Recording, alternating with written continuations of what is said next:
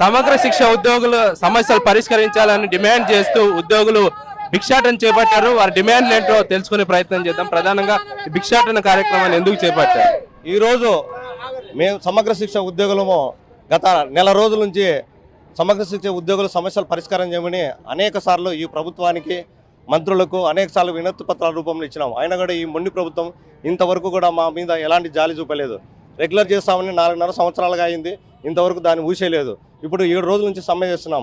7 రోజుల నుంచి చిరు ఉద్యోగులు సమ్మె చేస్తుంటే కనీసం మీ డిమాండ్స్ ఏంటి, మీ బాధ ఏంది, మీ ఆవేదన ఏంది, మీ బాధ ఏం చెప్పమని ఒక్కరు కూడా పిలిచిన నాదలేదు. కాబట్టి ఈ ప్రభుత్వానికి ఇప్పటికైనా బుద్ధి రావాలని సమగ్ర శిక్ష ఉద్యోగులు భిక్షాటన చేస్తున్నాం. అంటే ఇది వరకు ప్రభుత్వం దృష్టికి ఈ సమస్యలు ఏమైనా తీసుకుపోయారా? ఇప్పటికే 4 సంవత్సరాల నుంచి ముఖ్యమంత్రికి తప్ప అందరికీ అనేక సార్లు మేము విద్యాశాఖ మంత్రికి, గత విద్యాశాఖ మంత్రి, ప్రస్తుత విద్యాశాఖ మంత్రి, మరి సబ్ కమిటీ మంత్రులకు అందరినీ కూడా కలవడం జరిగింది.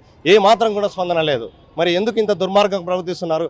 కాబట్టి ఈ ప్రభుత్వం రాకముందు మేము అధికారంలోకి వస్తానే మీ అందరినీ కాంట్రాక్టు అవుట్సోర్సింగ్ అనే తేడా లేకుండా అర్హత అనుభవాన్ని బట్టి రెగ్యులర్ చేస్తామని చెప్పారు. మరి 15 సంవత్సరాల నుంచి 20 సంవత్సరాల నుంచి విద్యాశాఖలో కీలకంగా పనిచేస్తున్న మమ్మల్ని మరి అర్హత లేదా, అనుభవం లేదా, అన్ని రకాలుగా అర్హత అనుభవం ఉన్నటువంటి మమ్మల్ని ఎందుకు ఈ విధంగా ప్రవర్తిస్తున్నారు? అంటే ఓట్లు వేసుకున్నప్పుడు ఒక రకం, ఓట్లు అయిపోయినాక ఒక రకం ప్రవర్తించడం ఇది దుర్మార్గం. అందుకే ఈ ప్రభుత్వానికి ఖచ్చితంగా బుద్ధి చెప్పవలసిన టైం వచ్చింది. ఇప్పటికైనా ఈ ప్రభుత్వం మేల్కోకుంటే వచ్చే ఎన్నికల్లో ఈ ప్రభుత్వంతో తాడపేడో ఈ సమగ్ర శిక్ష ఉద్యోగులు తెలుసుకుంటాం. అంటే భవిష్యత్ కార్యాచరణ ఎలా ఉంటుంది?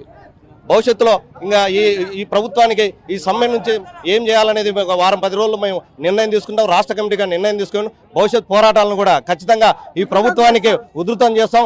అవసరమైతే వచ్చే ఎలక్షన్లో బుద్ధి చెప్తామని కూడా తెలియజేస్తున్నాం. స్థానికంగా ప్రజాప్రతినిధుల దృష్టికి ఏమైనా తీసుకుపోయారా? స్థానిక ప్రజాప్రతినిధులను తీసుకున్నాం, ఎమ్మెల్యేలను కలిసాం, ఎంపీలను కలిసాం, మంత్రులను కలిసాం, ముఖ్య సలహాదారులుగా కలిసాం, మరి ప్రభుత్వ ముఖ్య సలహా సజ్జల రామకృష్ణాన్ని కలిసాం.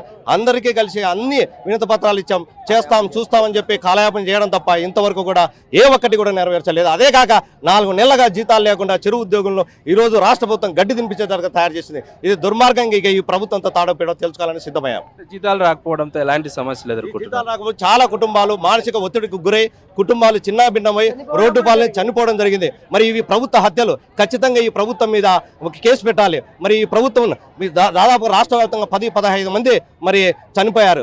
వాళ్ళకు కూడా కనీసం వాళ్ళకు ఆ కుటుంబాన్ని ఆదుకునే పరిస్థితి కూడా లేదు. కాబట్టి ఈ దుర్మార్గమైన ప్రభుత్వం, ఈ మొండి ప్రభుత్వాన్ని బుద్ధి చెప్పాల్సిన అవసరం ఎంత ఉందనే మేము సమ్మెలోకి దిగాం. ఇప్పటికి 7 రోజులైనా కూడా ఈ ప్రభుత్వం పట్టించుకోలేదు మమ్మల్ని. ఉద్యోగుల పట్ల ప్రభుత్వ వైఖరిని ఎలా చూస్తారు సార్?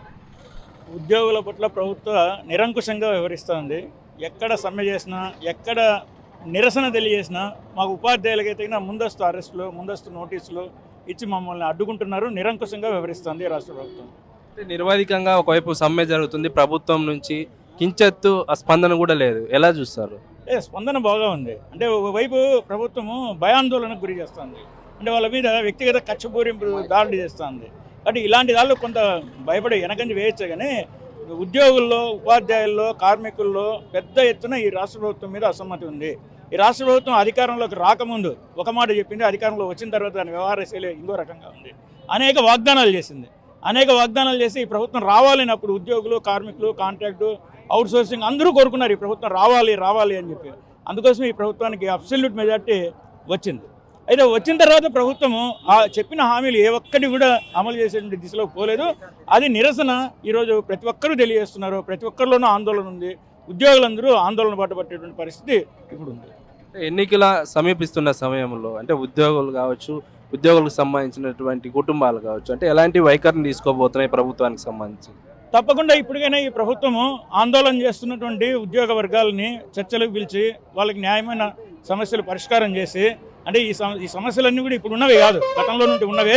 అయితే ఇప్పుడు ప్రతిపక్షంలో, ఇప్పుడు అధికార పక్షంలో ఉన్నటువంటి జగన్మోహన్ రెడ్డి గారు ప్రతిపక్షంలో ఉన్నప్పుడు ఈ సమస్యలన్నింటినీ నేను పరిష్కరిస్తా, ఈ వచ్చిన వారంలోపే సిపిఎస్ రద్దు చేస్తానని చెప్పాడు. కానీ ఇప్పుడు 4 సంవత్సరాల వరకు వెయిట్ చేశారు. అంటే ఈ ప్రభుత్వం అధికారంలో వచ్చిన తర్వాత కొంత టైం ఇవ్వాలని చెప్పి టైం ఇచ్చాము. ఆ తర్వాత కొంత కరోనా పరిస్థితి, దాని తర్వాత ఇప్పుడు ఉద్యోగులందరూ కూడా ఆందోళన బాట పట్టారు. కనీసం ఇప్పటికన్నా ఇంకో 4-5 నెలల్లో ఎన్నికలు రాబోతున్నాయి. ఇప్పుడు నీకు చివరి అవకాశం ఇది. ఇప్పటికన్నా ఈ ఉద్యోగ వర్గాలకి నువ్వు చెప్పిన హామీలే అమలు చేయమని చెప్పి రాష్ట్ర ముఖ్యమంత్రి గారిని మనం విజ్ఞప్తి చేస్తున్నాం. అతనే చేయకపోతే ఈ ఉద్యోగ ఆందోళన వచ్చేసి మరింత తీవ్రతరం చేస్తామని హెచ్చరిక కూడా చేస్తాం. 7 రోజులుగా సమ్మె కొనసాగుతున్నప్పటికీ ప్రభుత్వం నుంచి ఎలాంటి స్పందన రావడం లేదని సమగ్ర శిక్ష ఉద్యోగులు చెప్తున్నారు. ప్రభుత్వం స్పందించకుంటే ఖచ్చితంగా ఉద్యమాన్ని తీవ్రతరం చేస్తామని ఉద్యోగులు చెప్తున్నారు.